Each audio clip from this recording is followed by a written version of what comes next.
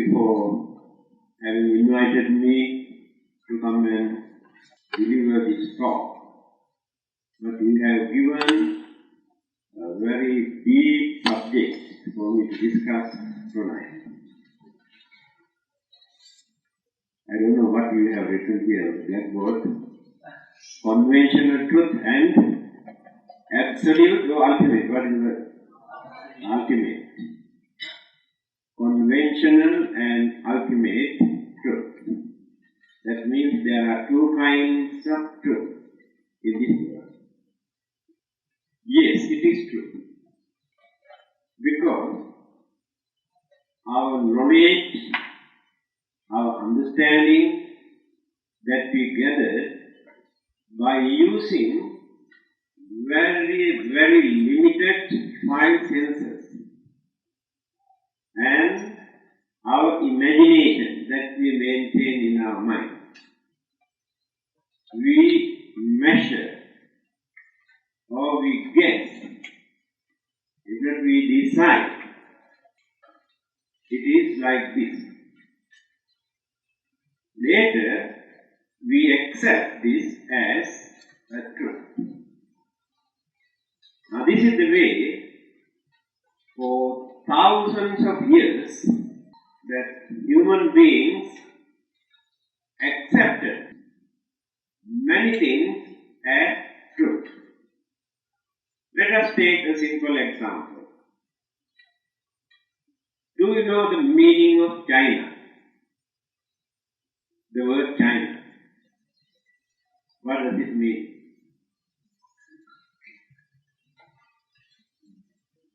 You do not know the meaning of China. Qinghua. Do you know that? Two words. Qing and Hua. K-U-A. What does it mean? What is Qinghua? Central country or kingdom. So I had to teach you Chinese today. Central kingdom or the country. 3,000 years ago, they thought this is the center of the whole world and accepted this as the main kingdom, main country on this earth. And the ruler or the emperor as son of heaven. They never accepted that there is another ruler on this earth at that time. To them, at that time, it is the truth. They maintain this as truth. It has taken few thousand years for them to find out that there are many other big countries, there are many other rulers on this earth. This is the nature of the truth. Let us take few more. Then you can understand how the Buddha has realized and explained the nature of the real truth and how he has rejected many of those beliefs or concepts that people accepted as traditional truth. When you refer to Mr. Nehru, the Prime Minister of India, although he was not a Buddhist, he has written, I really cannot understand what sort of knowledge, courage, wisdom and understanding the Buddha had to reject, to point out that many of those beliefs that people maintain for thousands of years in India as truth and facts and reality, how he has rejected all those beliefs. Mr. Nehru says, truth is the most difficult thing for us to understand. the other hand, we don't like the truth because truth is not in our favor. When we reveal the truth, we cannot satisfy. We want to find out something which we can agree, which we can understand. Otherwise, there is nothing. That is why many people could not understand the truth revealed by the Buddha at that time. I can give a simple incident. One day, when the Buddha was going somewhere, he met the follower of another religion in India. But having seen this wonderful personality, serene appearance, very charming, pleasing to the eye, he thought this person must be somebody. Then he came and asked, "Can you please tell me whether you are belong to any particular religion?" Then the Buddha said, "Yes." "What do you preach?" Then in brief, he explained, "The essence of my teaching is this. I point out the cause of existence here in this universe. I point out the cause of changes and decay, the things that which come into existence. I point out what happened to those things after changing and decaying and why they disappear. Again I point out, after this disappearance, what will happen to them? The cause. But this man never thought, never expected this kind of doctrine or religion. Then he asked, "Only that much?" The Buddha said, "Yes." "Then do you know how we acknowledge or appreciate the Buddha's interpretation?" Can you understand the mentality they had at that time? Because this belief was not agreeable, acceptable to all those who maintain certain religious beliefs. Charles Darwin, who explained the theory of evolution, many religions had a losing battle for a long time because they knew it is a very big blow to their basic religion, creation. To them, this human life was created at once by a God. But this theory of evolution or anthropology explains this life never comes into existence at once. This is a gradual development, evolution. Scientists accepted. Religionists had to fight because what they have accepted as truth for thousands of years is not agreeable with this scientific discovery.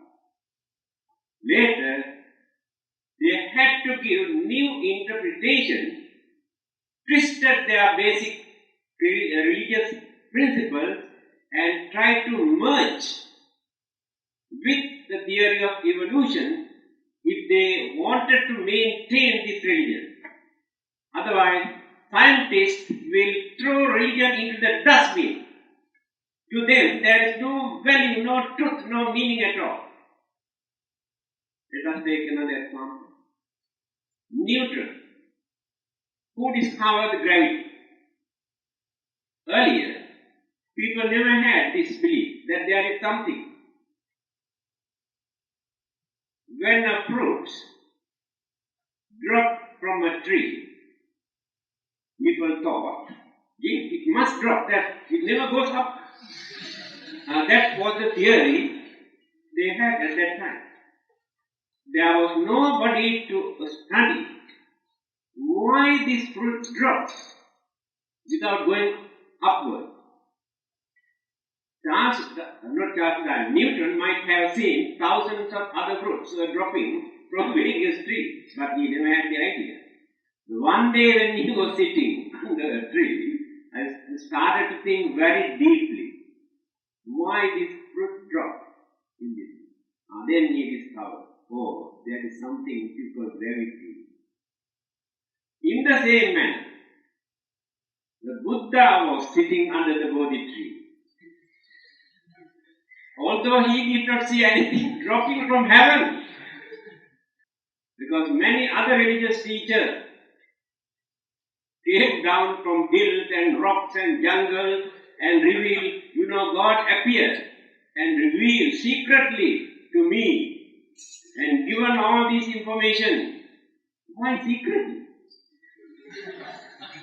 If this message is for the whole mankind, why the God want to reveal this secretly only to one man, one particular country? That I cannot understand. So however, the Buddha never said, when he was sitting under that Bodhi tree, the God slowly came behind and whispered to his ears and revealed some secret. So my duty is to convey the secret message given by the God. No such thing. He was contemplating, meditating, thinking, analyzing by using his knowledge, his understanding, until he gained complete purification in his mind to understand the truth. Then he explained why. Why is it difficult for us to understand the truth? The reason is, our minds are clouded, deluded, misled. There are a lot of dark clouds around our mind. Therefore, we cannot see reality. We cannot see the truth. We have been maintaining concepts and belief for thousands of years, introduced by primitive people according to their imagination. Scientific knowledge, philosophy, religion, and doctrine were unknown to them at that time. Let us take another example. When I was a small boy, I remember how my father and mother introduced the rainbow. Do you know what is that? This is the vessel dropped by the God from heaven when he wants to take water from here. That is the vessel. Because they experience after a short while there will be rain. Every time when there is a rainbow, there will be rain around that. Because of that, they thought this is a vessel dropped by the God to take water from here. This is the way how they maintain their belief. Again, still, many people cannot understand the colors. They accept this as reality. They had no knowledge to understand that the water and the light, sunlight, it is a vision, it is a maya, it is an illusion. In reality, there is no such color there. But to our eyes, you can see colors. There is no truth. This is the way how people introduce many of those religious truths. People accepted this earth as flat, recorded in their holy books also. When scientists like Galileo pointed out This is not flat. This is wrong. He had to suffer because of this. Because religious authorities are not ready to reveal the truth. What they want is to maintain belief and concept what they have recorded in their holy book. They also believe that this earth is the center of the solar system. Later they found out it is not this earth, but the sun is the center of the solar system. When the Buddha mentioned that there are thousands and thousands of suns and moons in the space, people laughed at him. What rubbish that he was so. There is only one sun. Just like people say there is only one God. Some others say, why only one God? There are so many gods. Some others say, let it be anything, why worry about one God or many gods? Let us do our work. If they actually let them act, why do we bother about it? This is the way how we try to introduce truth. So, today, astronomers found out there are so many suns here in this space, not Earth. We are good Earth. Now we can understand why the Buddha has said, how we realize the truth. At that time, 2,500 years ago, to tell us that there are thousands and thousands of suns here in this space. He is known as Lokavidu, the knower of the world. He realized the nature of it. Then, conventional truth means simply by using our five senses and limited knowledge, certain things that we have accepted as truth. But later, when we develop our knowledge, age, maturity, understanding, experience, we will come to know the things that we have accepted earlier as truth is wrong. It is not the truth. So the conventional truth is going on changing according to the time and understanding and circumstances. Therefore, we cannot accept all these things as absolute or ultimate or unchangeable truth.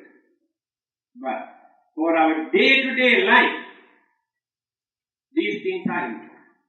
Otherwise, we cannot live, we cannot work, we cannot express our ideas. The Buddha used both. When he wanted to talk to ordinary people, he used conventional terms and words. What is conventional term? The word used by the ordinary people. This is called conventional truth, as truth. Let us take man and woman. These are the words used by ordinary people. Now we differentiate physically and mentally that there are a lot of differences, discriminations between man and woman. This is conventional truth. When we analyze, in the end, we will come to know that there is no difference, there is no discrimination whatsoever. That is absolute, ultimate truth. By observing certain visible, tangible indication, we express our ideas to differentiate, accept as truth. But when we analyze everything unbiasedly, there is no discrimination. Let us take another word. World. What is world? Scientifically and doctrinally explained by the Buddha. When we analyze this word, what is the definitions of the word? Combinations of 4 elements and various energies, cosmic energies and natural energies, known and unknown energies are there. When all these things combine together, there will be certain visible or tangible objects here and there. This is called world. This is called life. This is called plant. This is called house. This is called mic. All these are the words created by us. There is nobody else to create these words, to express our views, our ideas regarding these existing things. Now, when we analyze all these things, in the end, there's no man, no woman, no plant, no earth, no mind, no monk. All are elements and energies.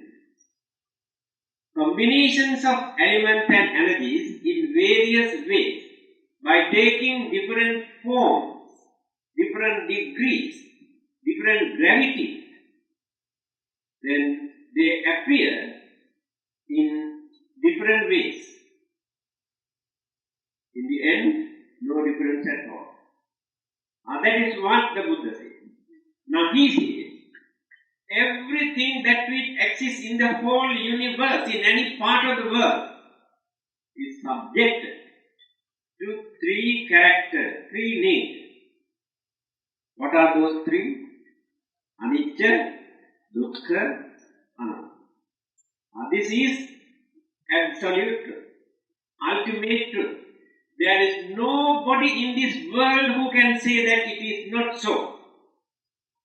If there is nobody who can point out by using their knowledge or wisdom or religion or philosophy or psychology or scientific discoveries, if there is nobody to tell us that it is not true, then remain as absolute, unchangeable. What are those 3? Everything that exists, life or otherwise. Can you point out that there is any living beings or anything in this world remain forever without changing? Can you point out? You can say God is like that. Because God is a concept. God is a belief. God is not a person. So there is nothing to be. Can you point out that there is anything in this world that is never decay, remain forever just like you, young people?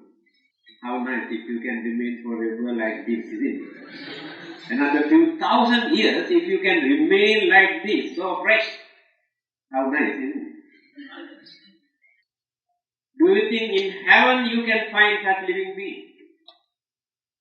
According to the Buddha, there is no place, whether in heaven or hell, that there are any kind of living being who can exist without changing, without decay. This is called universal truth, absolute truth, ultimate truth.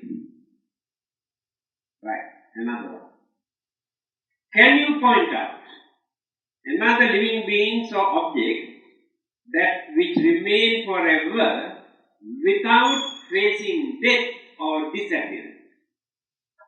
Exist, change, decay, disappear. Is there anybody?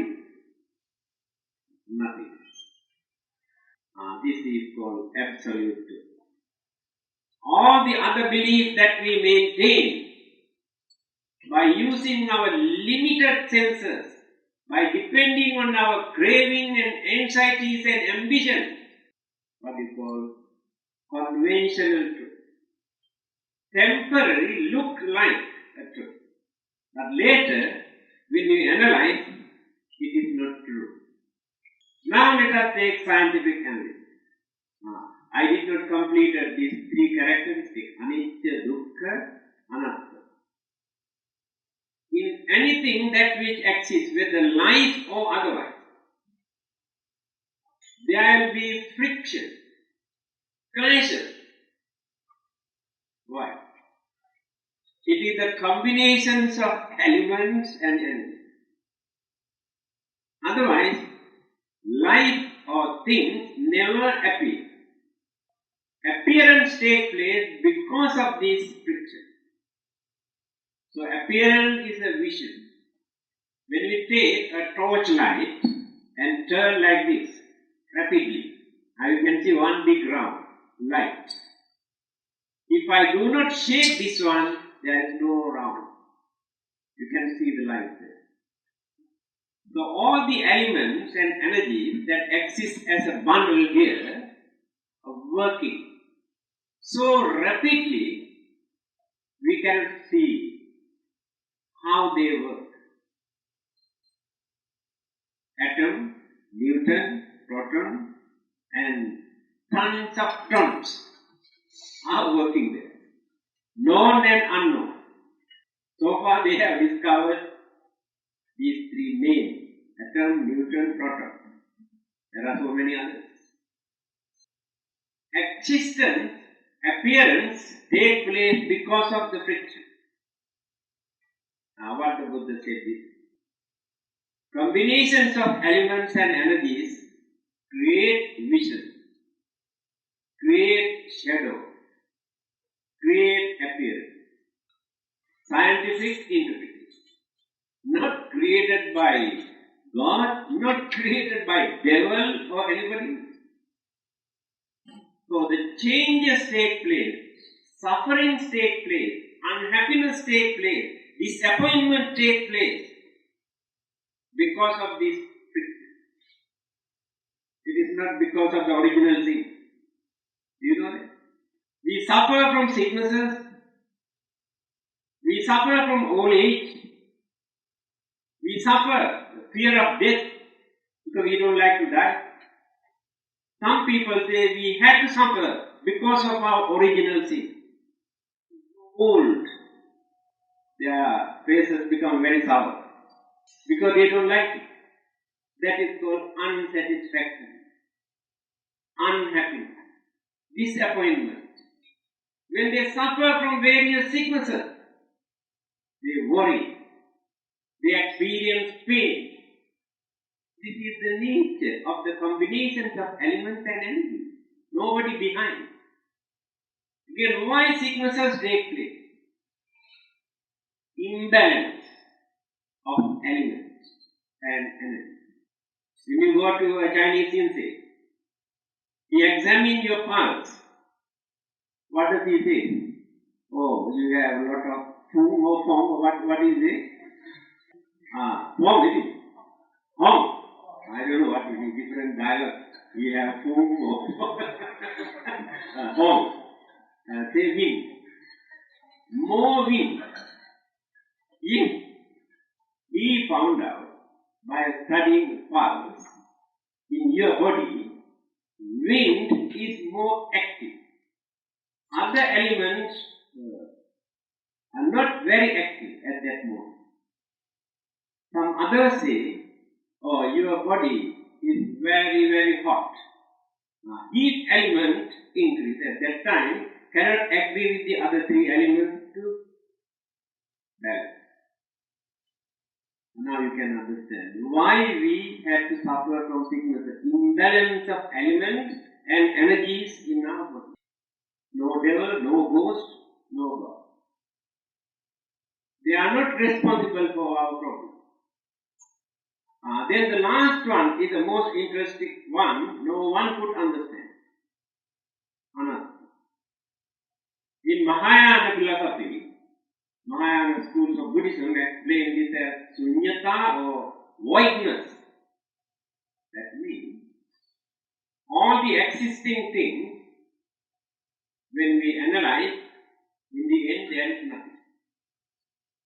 But you don't like it. Whether you like or not, this is the truth. That's why at the beginning I told you, you don't like the truth.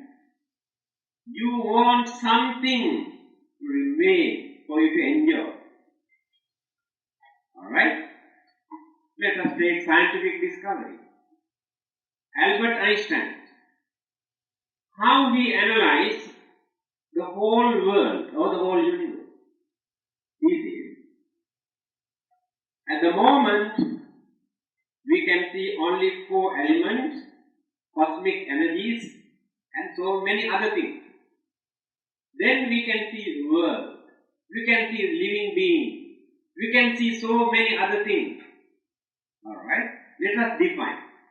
We go on analyzing elements and energies. In the end, there is no world, there are no living beings, there are no universes. But we can see vibration, we can see waves. No living being, no earth, no water, no fire, nothing. This is scientific interpretation. When Buddhism says, when you analyze the whole universe, there is nothing to take as permanent entity, that which never change. Then you say there is no fun. Then what is the use of this life if there is nothing? So you need something according to your ambition, according to your craving, to satisfy your desire. If you cannot satisfy this desire, you cannot act. That means you are not ready to accept the truth. Now we are in a very critical condition. What is the purpose? What is the aim of our life? Is there anybody who can point out the purpose of life? Religion very easily can tell you. So, the purpose of your life is to go to heaven and enjoy your life. Then you say, how nice. That is what we need. This entertain your craving. That is what you need. You don't care whether it is true or not. Religion, see, there is permanent, everlasting, immortal life, where you can play mahjong forever, never change. How nice. Pray hard, pray and pray. You can enjoy your life. This is true. The Buddha did not want to introduce this kind of truth. Now this is the nature of enlightenment. Understand. One who realized the real nature of the world, real nature of the universe, real nature of life, and how these things appear, and how these things exist, and why they change, and why they disappear, and what will happen to them after that disappearance. That is what the Buddha has done. Now let us take this life. We can see babies are being born. Yes, it is true. We can see how these babies grow. Can see grow on, growing. Growing means change. Changing. These changes goes up to certain age, certain limit, certain period. Then say up to 35 or 45. Going upward, up to 35 or 45. This is growing. Then turn this way. After turning this way, this will become the turning point and turn this way. Then changing, going down and now 60, 70, 80, 100. Is there anyone who can stop this? Any God?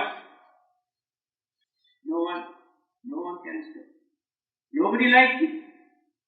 Do you like it? That is the truth. You can say, oh, we don't like it. If you want to exist, you have to face it. That is absolute or ultimate truth. If there is anybody who can come and promise that he can stop this, that is conventional truth. That means in reality there is no such truth. Supposing I say like this, you are my permanent secretary. That is conventional truth. Isn't it? Everybody accepts it. When I appoint him as my permanent secretary, everybody says yes. You know, he's a big shot. He's the permanent secretary of our chief reverend. Nobody wants to say anything against it. But there is no truth in it. Because he is not permanent. He is not permanent. So when we define this in absolute truth, using this word, we cannot use it as a permanent thing. One day there will be an end to it. This is the meaning of the absolute truth and conventional truth. In other words, the truth created, discovered, accepted by us, by using our ordinary senses and mind. This is called conventional truth. Reality, through proper perspective, as they exist, not as they appear. You know the difference. As they exist and as they appear. We take only appearance or the outlook, then decide something. Because we haven't got the penetrative knowledge to analyze and understand what it is. So our identity or our interpretation or our measurement is wrong. This we cannot understand by using deluded, clouded, misled mind. Enlightenment is important for us to understand. What is this enlightenment? We have very strong craving, desire, ambition, attachment. We are ready to do any kind of dirty, immoral, wicked, cruel thing in this world to satisfy our craving, ambition, selfishness and desire. No one can go against it. We have some sort of emotional feeling in our mind. We introduce as anger, ill will, hatred, jealousy, grudge. See how many evil forces are. No one is free from all these. Why do we want to maintain? because of our faith.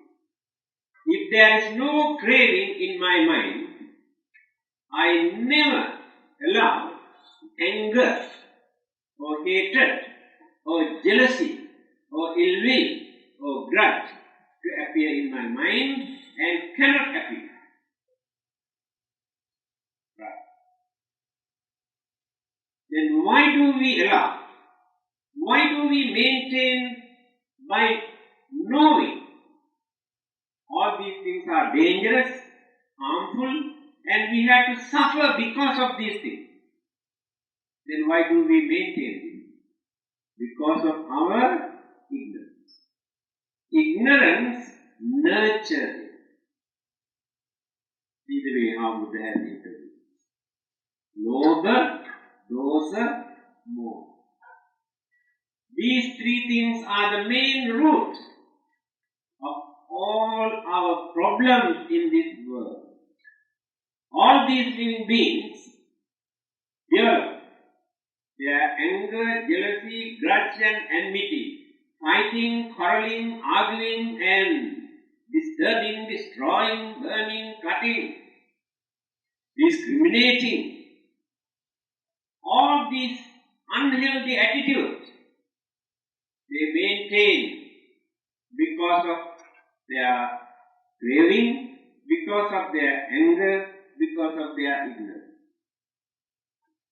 Now this is absolute, ultimate truth. There is nobody who can say that it is not due to that. Some others may say, oh, not due to that, influenced by devil. Devil is responsible for my anger. Devil is responsible for my selfishness. Devil create all these things. We maintain that because of ignorance. We do not know how to define, to understand the nature of our mind. Now let us take beginning of this line, especially Buddhism and Christianity. These two religions talk about the beginning of human life. First, God created Adam and Eve.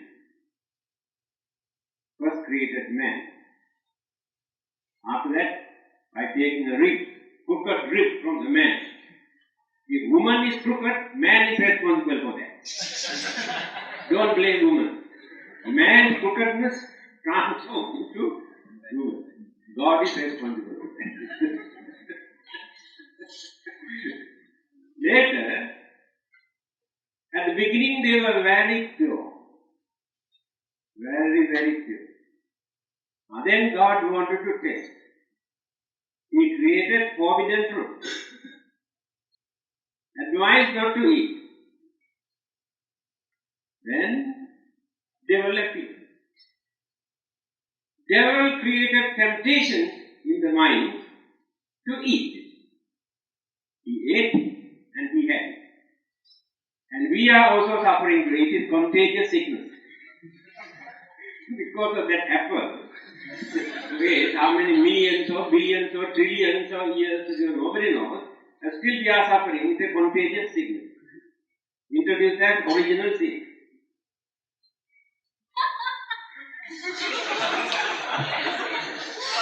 What do people believe of this thing? This will continue forever. No end. What I cannot understand is this, by knowing that this has become a curse to all mankind, why God created that? Why did He allow man to eat this? Nobody knows. Buddhism also talks something like this. I think many of you have not heard. Buddhism says there is one particular discourse of the Buddha, it's called Aganya Sutra, the origin of life on this earth. But that is not the origin of life. For in the Buddha, there are living beings. Universe is infinite, that means no end. There are living beings in various other planets and other universes. Others never knew. When you refer to some other discourses of the Buddha, Dhammacakka Sutra, Mahadhamma Sutra, discourses, where he mentioned the Buddha. 10,000 world systems, 100,000 world systems, where there are living beings. You can see this.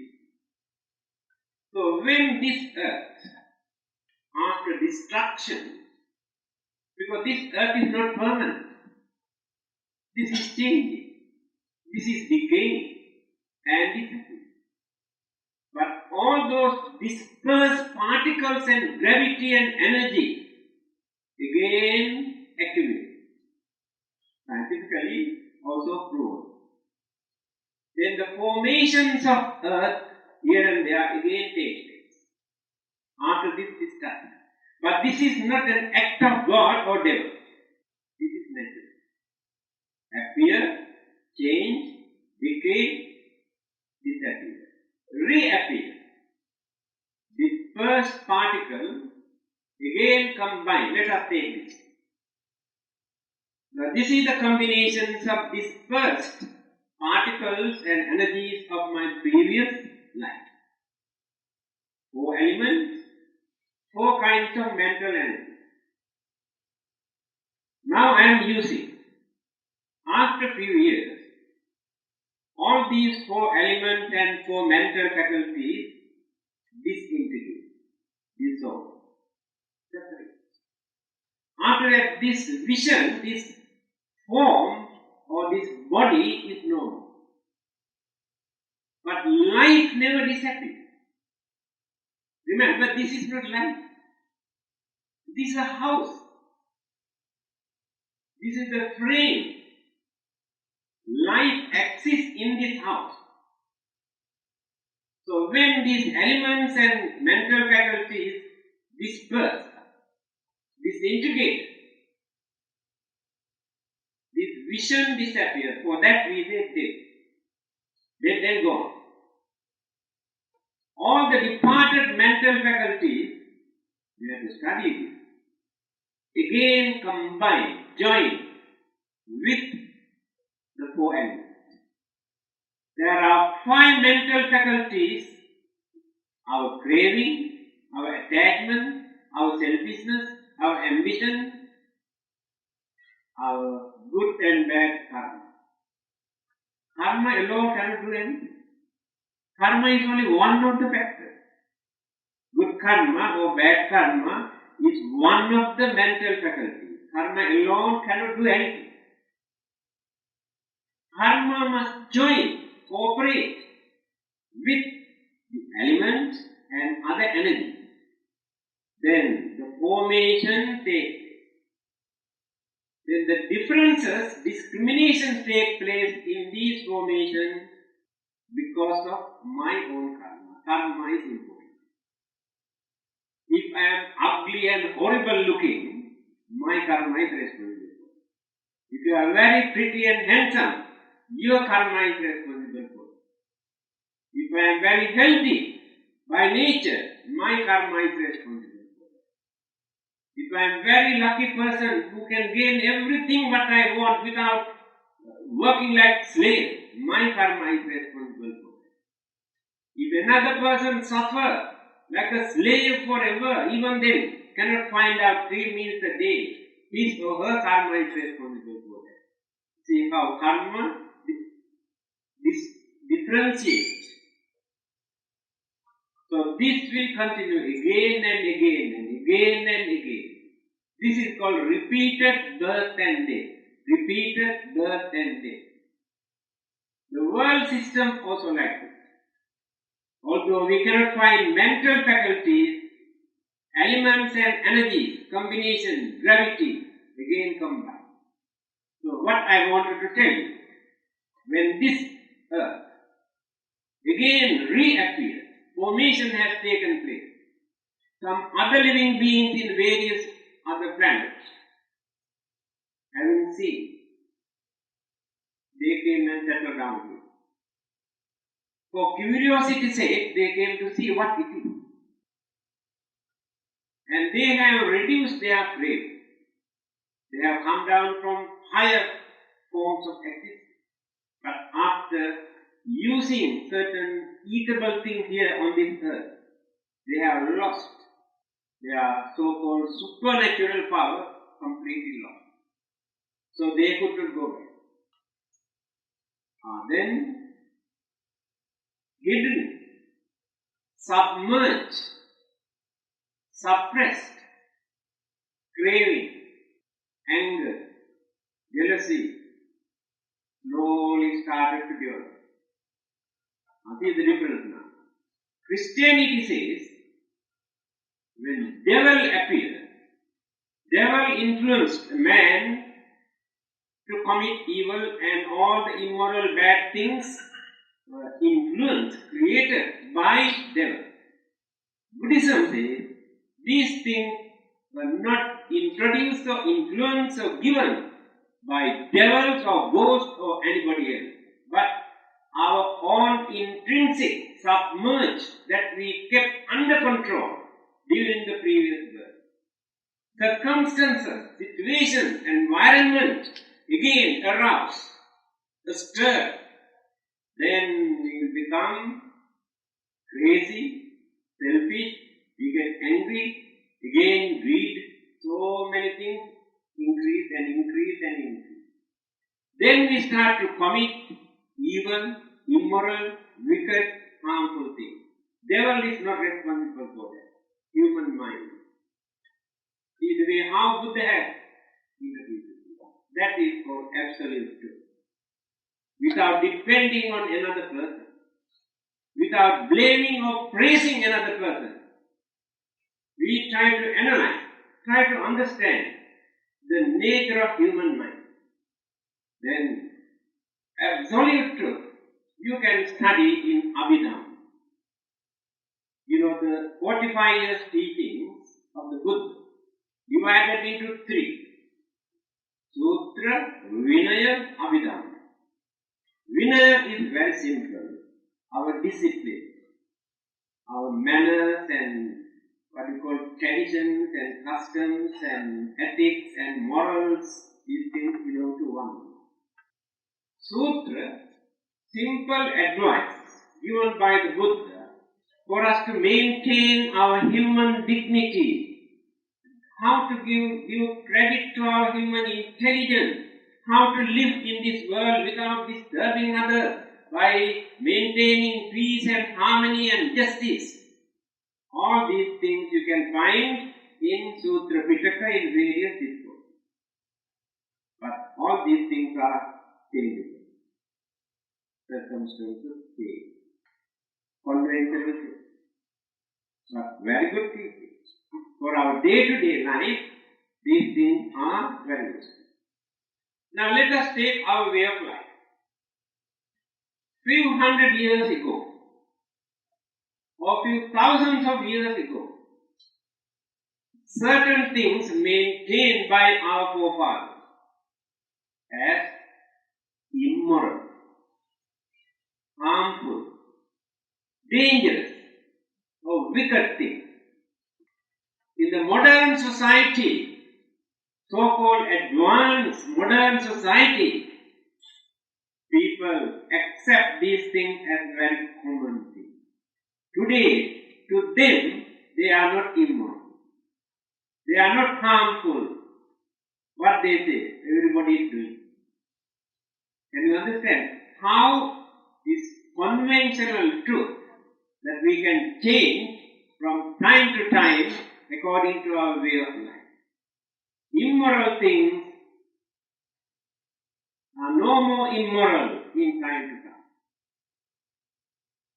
But in Abhidhamma, now I come back to Abhidhamma, hires moral psychology. Abhidhamma means moral psychology, not pure psychology. In other words, mental activity, function of the mind, the nature of the mind. This is called Abhidhamma. We do not know the nature of mind. We know the nature of the whole world. I can understand the nature of many things in this world, but still I do not know the nature of my own mind. This is the nature of mind. And I do not know whether I am hot-tempered or jealous or greedy or temperament or what sort of mentality I mean. And I try to justify and maintain there is nothing wrong with me. I am good. I think I am good. This is the nature of it. I can be very selfish, very jealous, very greedy person. But I think I am very good. Nothing wrong with me. I may practice any kind of immoral, ugly, dirty thing in this world to my own satisfaction. But I think I am very good. What the Buddha says in Abhidhamma, by analyzing this mind to point out how to analyze your own mind, how to understand your own mind, to find out where the mistake in your mind, to understand where is the loophole in your mind, then how to adjust it, how to correct it, how to develop it. This is called Abhidhamma.